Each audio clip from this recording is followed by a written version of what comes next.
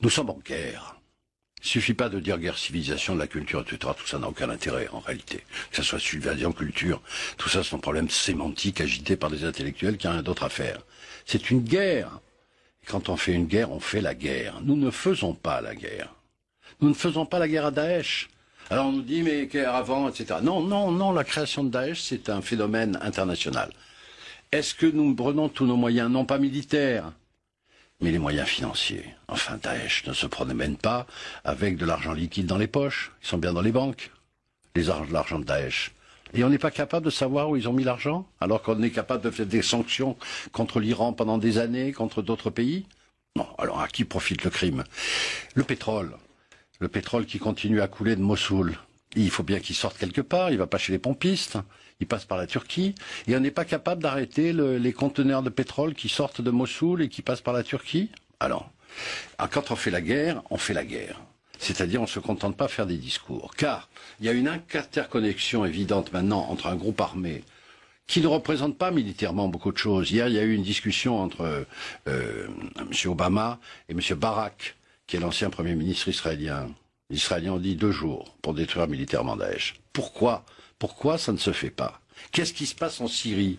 Quelle est l'attitude de la France en Syrie avec Al-Qaïda? Ce sont des questions qu'il faut poser maintenant. Moi, ce que je souhaite depuis longtemps, c'est qu'il y ait un vrai débat de politique internationale sur cette situation qui a des conséquences en France. Daesh, c'est un phénomène nouveau qu'il faut éradiquer le plus rapidement possible. Je dis même pas que ce sont des islamistes ou que ce sont des islamistes, mais des voyous.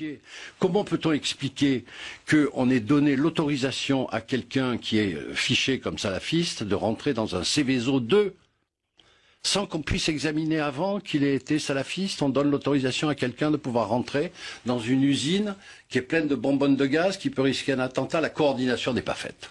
Aujourd'hui, mettez-vous derrière le gouvernement et aidez le gouvernement à défendre les Français comme il le fait actuellement. Il ne le défend pas, je suis désolé. Il le défend très bien et avec beaucoup plus de fermeté et d'efficacité que tous ceux que vous avez soutenus. Mais vous savez que Daesh existe depuis 3 ans et que c'est pas la peine de nous bassiner avec Sarkozy. Depuis combien de temps? Al-Qaïda que vous soutenez en Syrie. Mais vous soutenez en Syrie. Vous vous rendez compte de ce que vous dites? Mais je le dis. Vous vous rendez compte de ce que vous dites? Vous soutenez Al-Qaïda en Syrie. Mais vous êtes fou. Mais vous êtes fou. Écoutez, d'abord, je vous permets pas d'insulter. Non, mais vous ne pouvez pas dire. Je suis tout à fait. Vous ne pouvez pas dire que la France soutient Al-Qaïda. Merci de justifier ces propos assez étonnants. Voilà, non, ils ne sont pas étonnants, je vais vous expliquer. La France soutient les rebelles syriens qui sont soi-disant des rebelles démocrates. Des rebelles syriens démocrates en Syrie contre M. Assad. C'était au début de l'insurrection. Qui a récupéré les rebelles syriens démocrates? Al-Nosra. Qu'est-ce que c'est qu'Al-Nosra? Vous savez bien.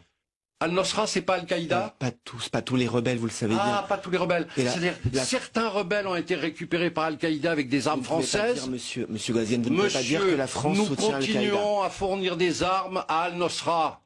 Par l'intermédiaire des rebelles syriens. Mais je le dis, je l'ai dit à M. Le Drian en commission de la défense, je l'ai dit à M. Fabius, comme tous les autres députés. Il va falloir éclairer tout ça. L'attitude de la France en Syrie n'est pas en Syrie alors? Soutenir Assad contre Assad, mais ne pas se mêler de cette affaire. Nous avons pris position pour les sunnites. Nous sommes les alliés inconditionnels de l'Arabie saoudite et du Qatar avec les sunnites. On sait très bien que l'Arabie saoudite soutient les sunnites d'Al-Nosra. Ils sont armés contre Assad, parce qu'Assad il est chiite. Tout ça, c'est un problème complexe que peut-être vous ne connaissez pas, mais renseignez-vous. Mais non, mais merci de vos commentaires. Mais vous m'avez fait tête fou, alors je peux vous traiter d'incompétent. Je retire si vous voulez bien, mais je vous répète que vous ne pouvez pas dire cela, et vous devriez, dans un contexte de terrorisme, je dis nettement que je veux la vérité sur ce qui se passe en Syrie. Il n'y a pas d'unité nationale possible dans ces sujets-là, dans toute cette région et sur tous les combats. Les mots, c'est fini. Les circonvolutions de communication, c'est terminé. Maintenant, il faut l'action.